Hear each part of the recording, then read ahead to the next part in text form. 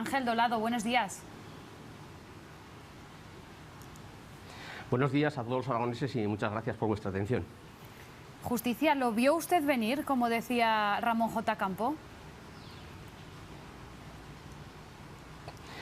Bueno, pues yo creo que sí, porque si recuerdan, en agosto del 2018 se produjeron más de 10 fallecimientos en nuestra ciudad de Zaragoza, precisamente de personas que estaban viviendo en soledad y que nadie los echó en falta durante muchísimo tiempo. Y nos pusimos a trabajar con una multitud de instituciones y del tercer sector, precisamente para ver si necesitábamos ir verificando un cambio en lo que es los complejos residenciales. Y por lo tanto sí que vimos venir que había tres déficits clarísimos y que se han mantenido en el tiempo. Uno es que la ratios de trabajadores era claramente insuficiente para el número de ancianos que se atendían en la residencia.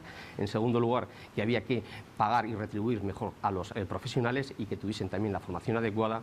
Y luego había que analizar las distintas fases de nuestros mayores. Primero, atención en el hogar, y conforme sus dolencias o incluso sus incapacidades en materia de discernimiento eran menores, había que tender ya a otro tipo de complejo residencial. Pero yo creo que estaba ahí, es la realidad de todos los días.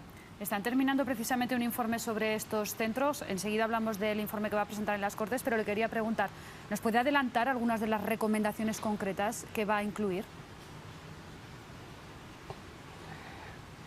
Pues eso no lo voy a hacer simplemente porque va a ser el próximo martes cuando hagamos ya una presentación en sociedad de dicho informe que estamos elaborando justamente en estos mismos momentos, y sobre todo porque anticiparme en estos momentos significaría que no lo hubiesen dado a conocer en primer término a las Cortes de Aragón y al propio Gobierno de Aragón. Pero ya les digo y les anticipo que el trabajo de más de 150 folios sobre las residencias en Aragón lo tendremos el próximo martes. Y les anticipo que hemos consultado a más de 80 residencias y tenemos también multitud de quejas individuales donde nos verifican qué es lo que ha pasado desde el 14 de marzo hasta la actualidad.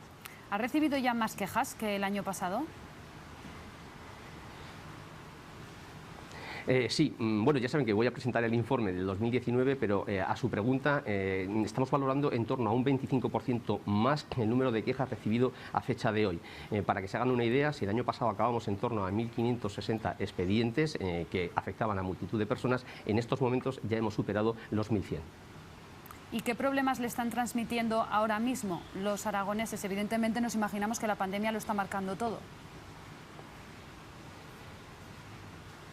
Sí, en la propia entradilla que han hecho ustedes, pues marcan los tres sectores principalmente, que son el sanitario, el de la educación y, por supuesto, el de los servicios sociales. Y siempre se hace hincapié que para que esto mejore tiene que haber una perfecta coordinación y cooperación entre todas las consejerías y todos los sectores afectados. De hecho, en la apertura del nuevo curso, lo que se quejaban multitud de directores de centros es que no tenían claro qué es lo que tenían que hacer en el caso de que hubiese positivos, como se estaba viendo, ¿no? Y ya nos informaron desde el Gobierno de Aragón que se iban a crear 17 equipos de coordinación en el que cualquier director que tuviese problemas debería dirigirse directamente no al centro de salud de zona, sino a esos equipos multidisciplinares especializados en esa materia. ¿Y qué otros asuntos, qué otras quejas han quedado a la sombra del virus y le preocupan especialmente?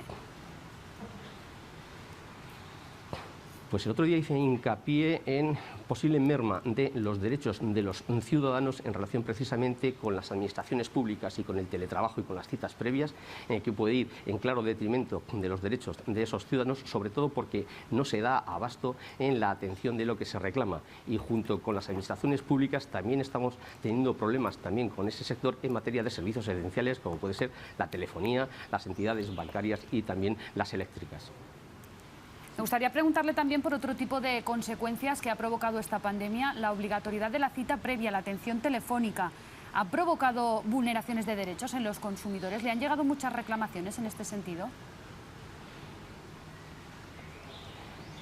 Pues teníamos de distinta naturaleza, pero las últimas en estos momentos son precisamente sobre gestiones que no se pueden hacer y que son de carácter esencial. Por ejemplo, recobrar una fianza en materia de arrendamientos. En segundo lugar, tramitar en muchas ocasiones los procesos de jubilación, las incapacidades. Con los ERTEs también hemos intentado hacer una colaboración con el SEPI. En definitiva, sí que me están llegando. Y luego teníamos el eterno problema del desabastecimiento de las entidades financieras en el ámbito rural, que todavía se incrementa más porque en muchas muchas ocasiones nuestros mayores tienen que confiar en terceras personas para extraer dinero y para hacer ciertas operaciones que incluso están, entre comillas, obligados a dar sus códigos de identificación personal, y eso puede ir en detrimento de sus derechos y ser sumamente peligroso. Sí, están llegando bastantes en estas materias de consumo.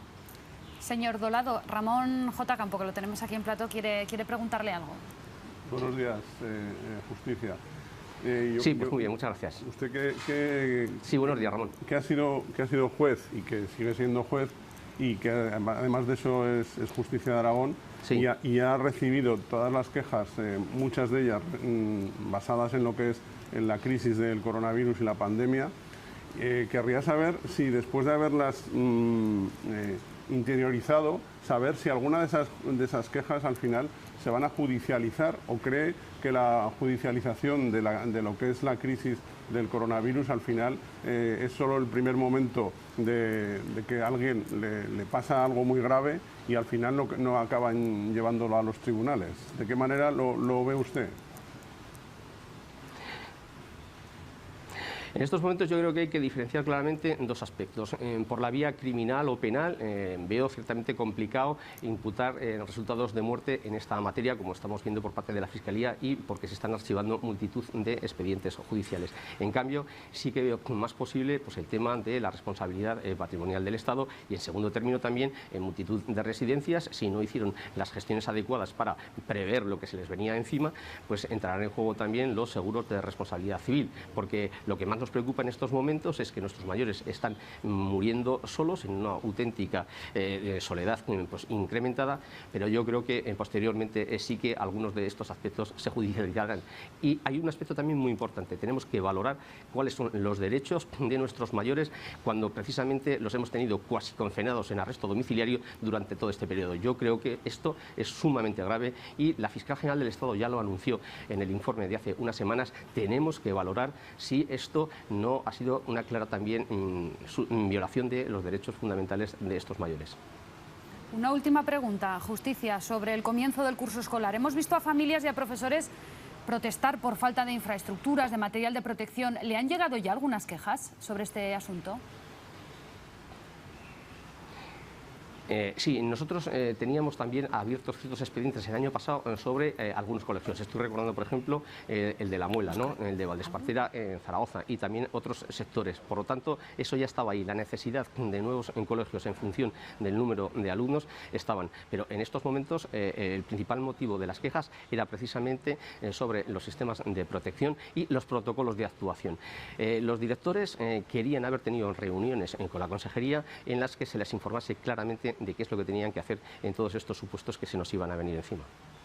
Ángel Dolado, Justicia de Aragón, gracias por estar con nosotros en directo. Estaremos muy atentos a su comparecencia en las Cortes. Buenos días.